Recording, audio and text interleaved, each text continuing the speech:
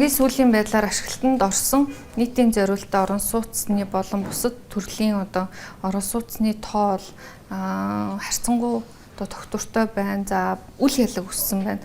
2024 оны эцсийн байдлаас харахад тэгэхээр ер нь барилгын зах зээл өөрөө хэр тэлэлттэй байна гэж харж байна. За санхүүжилтийн одоо өртөг нөхцөлийн хувьд ямар байгаа вэ? За 2025 оны ингээд үндэсний статистикийн хорооны мэдээллийг харахаар ер нь ингээд барилгын салбар өсөлттэй нийтдээ 5.1 их 80 төгрөгийн одоо барилга огсралт засварын ажлууд хийсэн гэ харагдаж байгаа. Орон сууцны барилгын тооч гэсэн гайгүй өндөр харагдаад байгаа.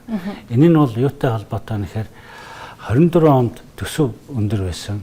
За 24 онд нөгөө гүйцэтгэлийг эхэлсэн барилгууд энэ 25 онд ашиглалтанд орж байгаа. Яг өнөөдөр барилгын салбар дээр барилгын одоо яг энэ гүйцэтгэлийг харах юм бол уналттай болцсон байна. Энэ жилийн хувьд нөгөө ипотекийн зээл байхгүй байна. Хоёрдугаар арилжааны банкуудын хувьд бол барилгын салбарт зээлээ ер нь бол зогсоосон. Санхүүжилтийг хуучин харилцагчтай буюу яг нэг цөөхөн хэмжээнд бас нөгөө зээлээ гаргаад байгаа. Шинэ харилцагч нарт ямар нэгэн барилгын салбарын зээл олохгүй байгаа. Эдгээр хүчин зүйлүүдээсээ болоод барилгын салбарын санхүүжилт ерөнхийдөө энэ жилийн хувьд бол унж байна. Энэ жилийн энэ унж байгаа эффект нь эргээд яг 25 оны эцэс 26 оны статистик дээр ер нь гарна. Төсөвч гэсэн бас энэ жил тодорхой хэмжээгээр нөгөө таньж болох зарлуудаа таньж байна. Энд дандаа л ер нь бол барилгын ажлуудыг нэлээд бас таньж байгаа.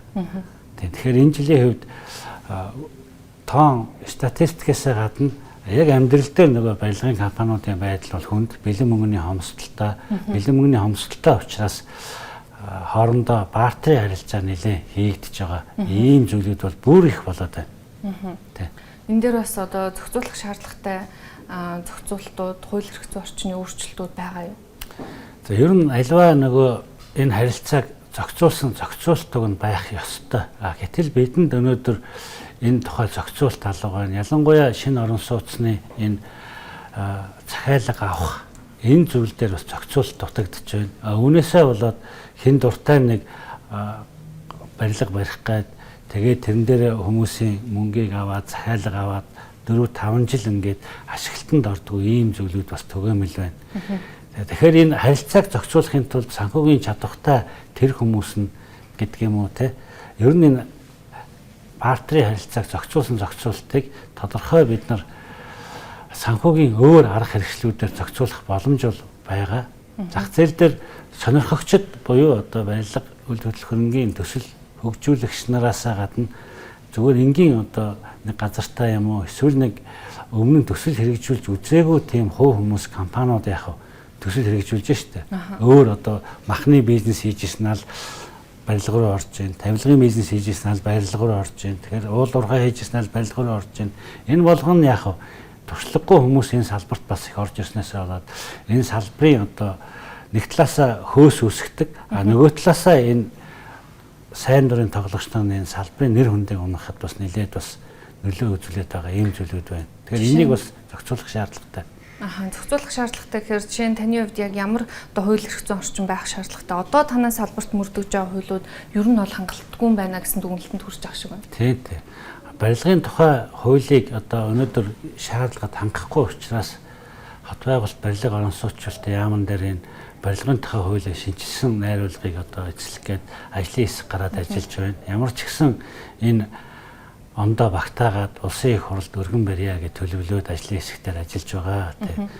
Энэ хуулийн дээр аль болох энэ зохицуултуудыг оруулахыг хичээсэн өнөөгийн шаардлагыг хангахгүй учраас ялангуяа одоо бид нар энэ манай яам чинь барилга хот байгуулалтын яам биш орон сууц хот байгуулалтын яам гэдэг орон сууцыг нэгдүгээр тавьж байгаа. Тийм учраас энэ орон сууцныхаа бодлогыг бид зүү гаргаад энэ орон сууцныхаа нүүл хөдөлгөөний зах зээлийнхаа зохицуултыг бид хийхгүй бол өнөөдөр энэ дахиад энэ эдийн засаг муудаад ирэхээр олон хохирогч нар гардаг. Ялангуяа энэ зах зээл дээр энэ сонирхлын төвшөнд орж ирсэн энэ хүмүүс маань эргээд энэ салбарын нэр хүндийг унагадаг ийм асуудлууд байна. Барилга мэдэхгүй одоо хүмүүс орж ирээд инженергүй барилга барьж байна гэж байна. Энэ болгон дээр бид нар анхаарад тодорхой юм өнөөдрийн хэрэглэгдэж байгаа хуулийнхаа зохицуултыг бид яг өнөөгийн түвшиндээ хуулиа норм дүрмөө стандартаа мөрддөг болгох дээр анхаарч ажиллахгүй бол эргээд энэ мань олон нийтэд маш их муу үр дагавартай зүйл гарч болзошгүй. Барилгын салбарт одоо өнөөдөр хэрэглэгдэж байгаа барилгын материал гэдэг байна. Маш их чанаргүй материал бүгд найрамдах хятад ард улсаас орж ирж байна.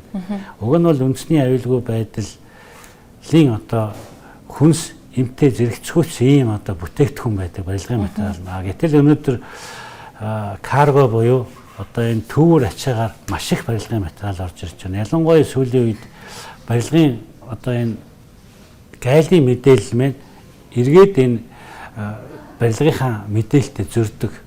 Яагаад гэвэл энэ өндөр үнэтэй материалуудыг гайл мэдүүлэхгүй байна. Гайл нь одоо оруулж ирэхээр бас янз янзын одоо шаардлага тавьдаг. Жишээлбэл нэг чулуу хүн оруулаад ирлээ гэхэд Улаанбаатар хотод шинжилгээ өг гээд 7-оос 10 хонуулж байна гайл дээр. Энэ болгоно нь өөрөө хүн сурталыг бас бий болгоод байгаа учраас хүн болгон тэр гайлтай машин буюу каргогоор ингээ бараагаа зөөдөг ийм одоо чиг хандлага руу явж байна. Арматур төмрийг гэхэд чинь бас тэр төвөр ачаатай холж ачаал өнөөдөр гайлын татваргүй оруулж ирж байна.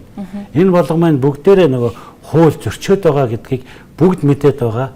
Энэ зах дээр байгаа энэ барилгын материалууд нь хуурамч хулих байгааг бүгдээрээ мэдээд байгаа. Энэ дээр ямар ч хариуцлага хүлээдгүй ийм одоо тогтолцоо бас бий болгоцсон байна. За мөн одоо энэ иргэдээ бид нар чинь бас их эрхчлөлөө болгосон. Гэр хороолт байгаа 220 мянган айл байна. Эдгээр айлуудын маань барьсан барилгууд нь бүгд зураг төсөлгүй. Үүнээсээ болоод бүгдээрээ эрчим хүчний асар их алдагдaltaй. Жирийн одоо стандарт буюу одоо зураг төсөлтэй барилгаас 3-аас 5 дахин ийм одоо эрчим хүчний алдагдaltaй ийм байшингуудыг барьчихсан.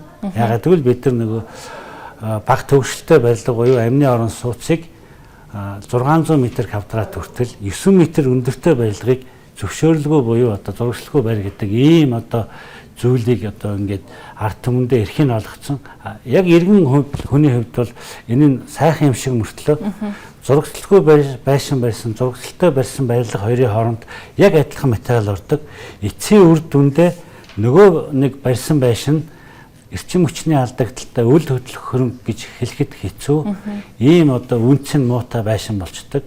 Зурагчлалтай байшин бол өөрөө яг эрчим хүчний алдагдал багтай, утаа ялгаруулалт багтай ийм зүйлүүд байгаа. Тэгэхээр энэ мэтийн зүйлийг бид анхаарал явах хэрэгтэй. Одоо энэ гэр хорооллыг дулаалаад байна тийм үү?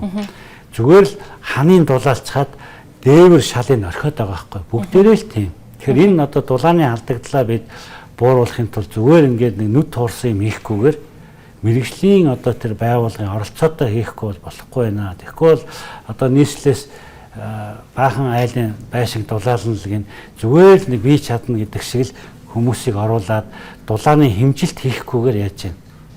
Энэ дулаалга хийгээд байгаа нь өөрөө учир дутагдaltaй хайрын одоо хөрөнгийн гарзал болоод байгаа ийм зүйлүүдийг бас манай нийслэлийн бас үүн дээр анхаарах шаардлагатай байгаа.